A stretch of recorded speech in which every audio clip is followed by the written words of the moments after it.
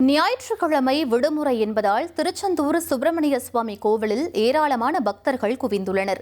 சுமார் 4 மணி நேரம் நீண்ட வரிசையில் காத்திருந்து சுவாமி தரிசனம் செய்து வருகின்றனர். இன்று கோவில் நடை அதிகாலை 4 மணிக்கு திறக்கப்பட்டது. 4:30 மணிக்கு விஸ்வரூப தீபாராதனையும் 6 மணிக்கு உதய மார்த்தாண்ட அபிஷேகமும் நடைபெற்றது. இன்று விடுமுறை என்பதால் தமிழகத்தின் பல்வேறு பகுதிகளிலிருந்து ஏராளமான பக்தர்கள் குவிந்து வருகின்றனர். கோவில் முடி காணிக்கை செலுத்தவும் நாளை கிணற்றில் புனித நீராடவும் பக்தர்கள் காத்திருந்து வருகின்றனர்.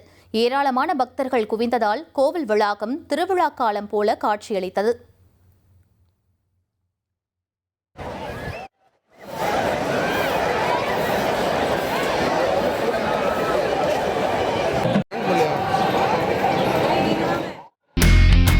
இனி செல்லும் இடமெல்லாம் செய்தி.